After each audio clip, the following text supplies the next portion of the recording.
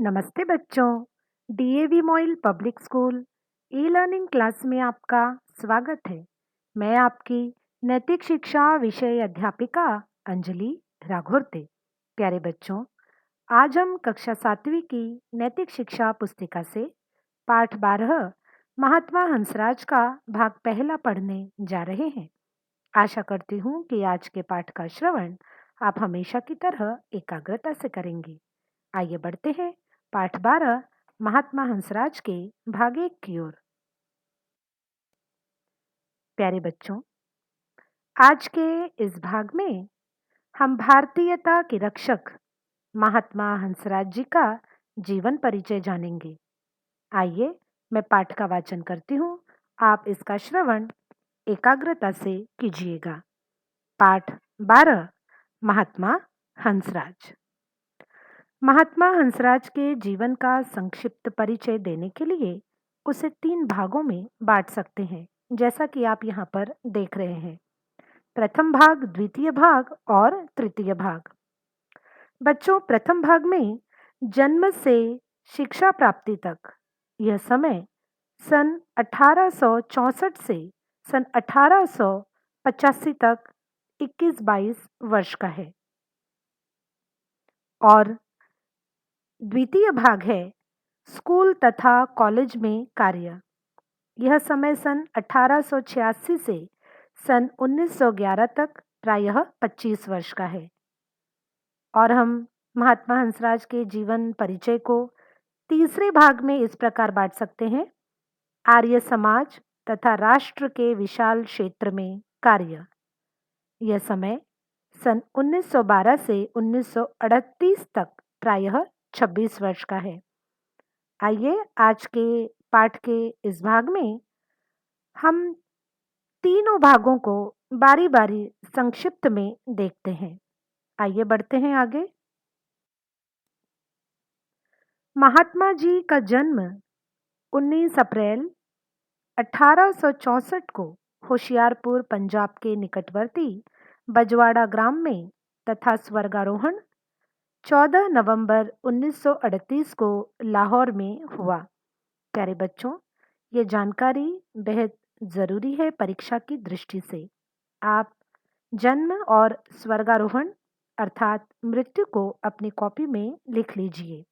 महात्मा जी का जन्म हुआ था 19 अप्रैल 1864 को होशियारपुर, पंजाब के निकटवर्ती बजवाड़ा ग्राम में, और इनकी मृत्यु हुई थी 14 नवंबर 1938 को लाहौर में।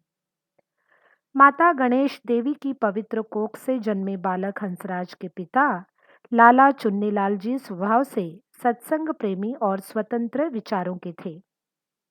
ये संस्कार बच्चे पर भी पड़े। परिवार साधारण था। 12 वर्ष की आयु में पिता का देहांत हो गया, तो भी संस्कारवश इस बालक में प्रभु भक्ति। बच्चों, यहाँ पर माता और पिता के नामों का भी उल्लेख किया गया है। इनकी माता का नाम था गणेश देवी और पिता का नाम लाला चुन्नीलाल जी। लाला चुन्नीलाल जी की चरित्रगत विशेषता यह है, यहाँ पर दिखाई गई कि वे सत्संग प्रेमी थे और विचारों से पूर्ण रूप से स्वतंत्र थे। कोई दो राह नहीं इस बात में कि इनका जो प्रभाव था वह इनके बच्चों पर भी पड़ा होगा। लाला हंसराज भी बड़े होकर सत्संग प्रेमी ही हुए। इसकी वजह इनके परिवार का वातावरण भी कह सकते हैं। जैसा कि कहा गया है कि ये संस्कार इनके बच्चों पर भी पड़े। परिवार साधारण था, मध्यम वर्गीय परिवार के थे। अपनी आवश्यकताओं की पूर्ति भी बड़ी मुश्किल से कर पाते थे। और जब लाला हंसराज 12 वर्ष के थे तभी इनके पिता का देहांत हो गया था। फिर भी संस्कारवश इस बालक में यानी महात्मा हंसराज में प्रभु भक्ति, ईश्वर के प्रति आस्था, कठोर परिश्रम, मेहनत और सादगी, एकदम सरलता तथा तपस्या के बीच पनपते रहे। तपस्या इसलिए कहा गया है क्योंकि 12 वर्ष की आयु में ही इनके पिता का, जब लाला हंसराज 12 वर्ष के थे, तब इनके पिता का देहांत हो गया। और किस तरह से बड़ी मुश्किलों भरा जीवन इन्होंने गुजर बसर किया। तभी से तपस्या, यह जो भाव है, वह इनके संपूर्ण जीवन में हमें दिखाई देता है। हर चीज को पाने के लिए जो इन्होंने मेहनत की, जो तपस्या की, वह आज हमारे सामने भारतीयता के संरक्षक महात्मा हंसराज जी के जीवन में हमें दिखाई देती है। उन्होंने अपनी शिक्षा अपने बड़े भाई श्री मुल्खराज के पास रहते हुए लाहौर में की। अपनी श्रेणियों में वे सदा प्रथम रहते थे। बीए की परीक्षा उन्होंने सन 1885 में संस्कृत और इतिहास विषय लेकर पास की। वे प्रांत भर में द्वितीय स्थान पर रहे। बच्चों, कोई सितारा चमकने का, यदि उसने ठान लिया किसी सितारे ने, तो वो चमकता ही है, क्योंकि वह उसकी प्रवृत्ति है। चाहे बादलों से उसे ढक लिया जाए, चाहे किसी भी प्रकार की कठिन परिस्थिति क्यों न हो, लेकिन तारा चमकता जरूर है। ये वही सितारा थे, ये वही तारा थे जिन्होंने संपूर्ण भारतवर्ष में अपने महानतम व्यक्तित्व से लोगों को प्रभावित किया और अपनी सेवा भाव से लोगों को प्रभावित किया, और सितारे की तरह सूर्य की भांति चमकते रहे।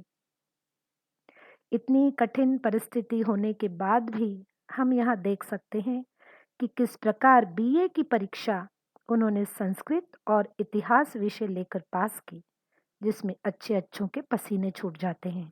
और इतना ही नहीं, संपूर्ण प्रांत भर में वे द्वितीय स्थान पर भी रहे।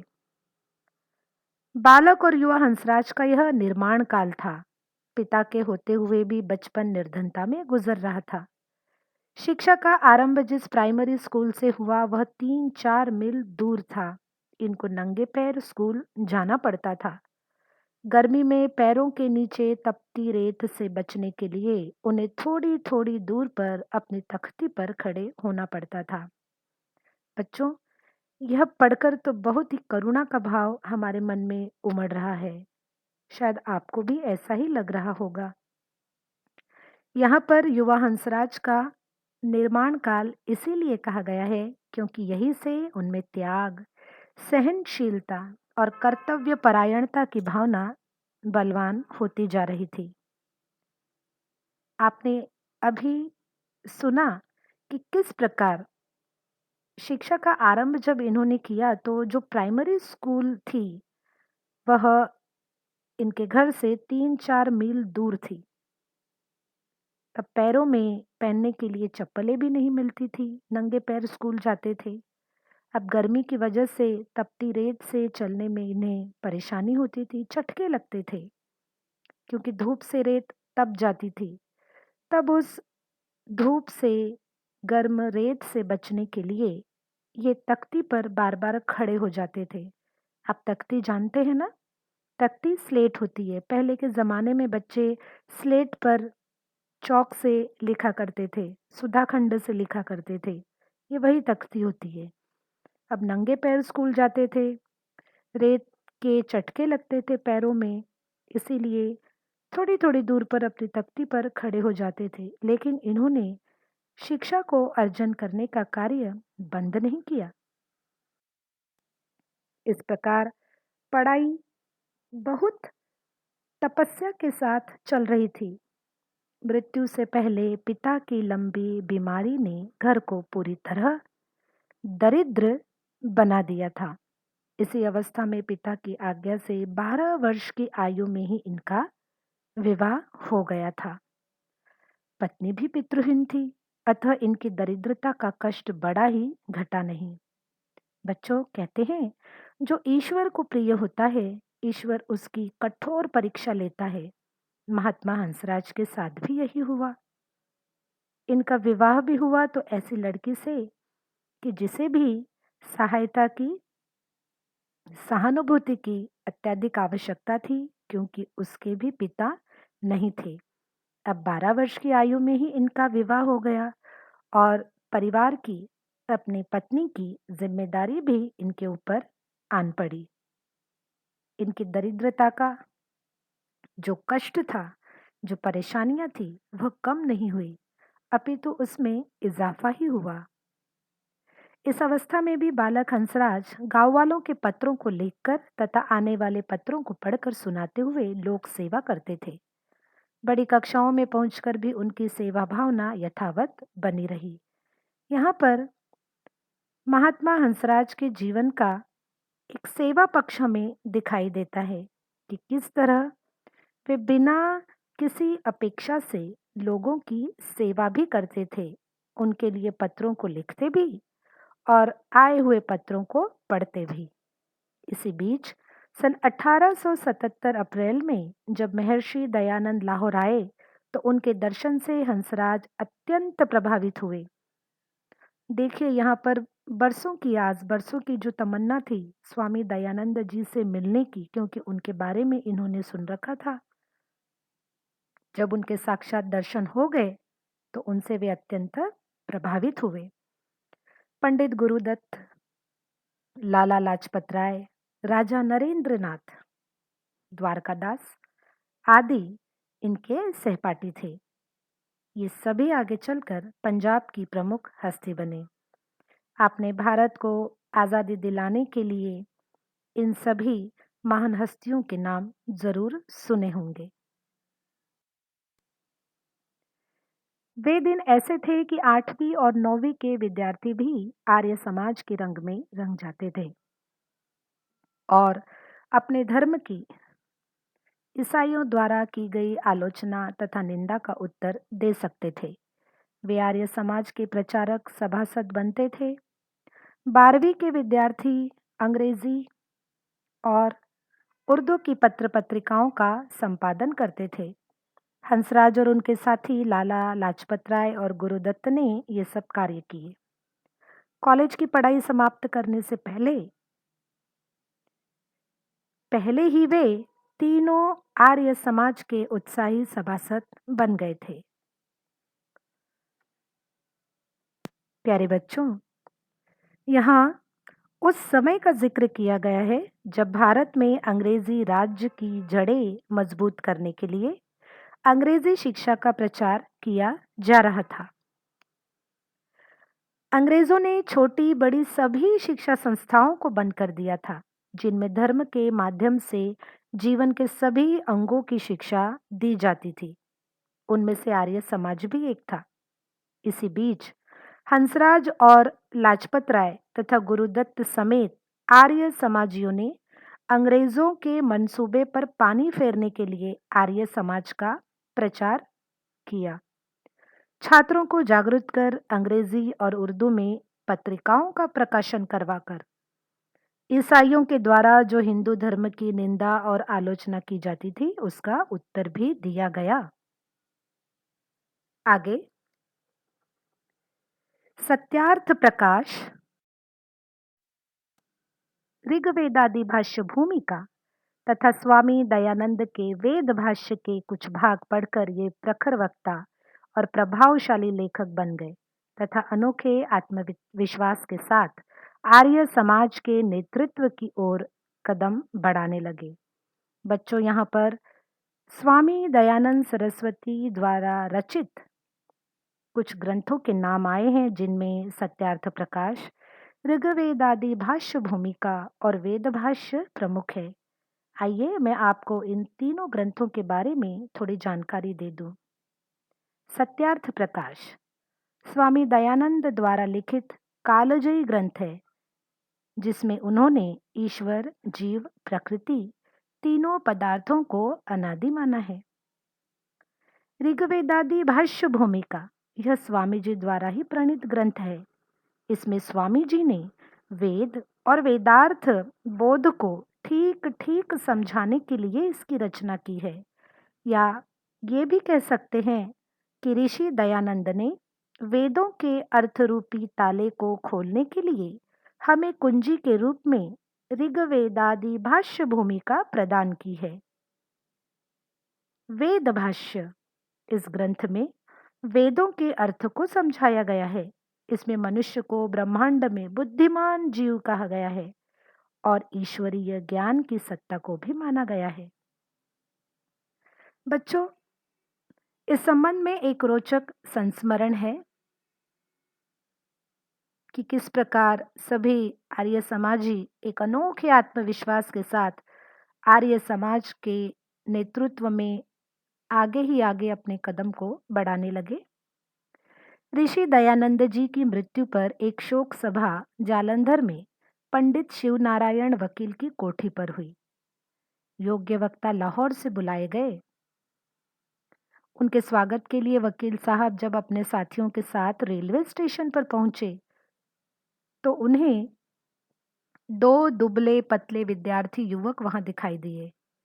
उन्होंने आपस में यही कहा कि लाहौर वालों ने हमारे साथ मखौल किया है कि ये लड़के ही भेज दिए। परंतु जब लाला हंसराज ने उर्दू में और पंडित गुरुदत्त ने अंग्रेजी में ऋषि दयानंद के गुणों का वर्णन किया तो एक दर्जन से अधिक वकीलों में से किसी का हौसला नहीं हुआ कि इनके धन्यवाद के लिए चार शब्द भी कह सके। देखा बच्चों, कोई भी व्यक्ति कैसा है यह उसके माथे पर नहीं लिखा होता, यह तो उसका आचरण और उसकी योग्यता ही सिद्ध करती है। यही हुआ जब महर्षि दयानंद सरस्वती जी की मृत्यु पर एक शोक सभा ने संपूर्ण आर्यवर्त में जगह जगह पर शोक सभा का आयोजन किया गया था।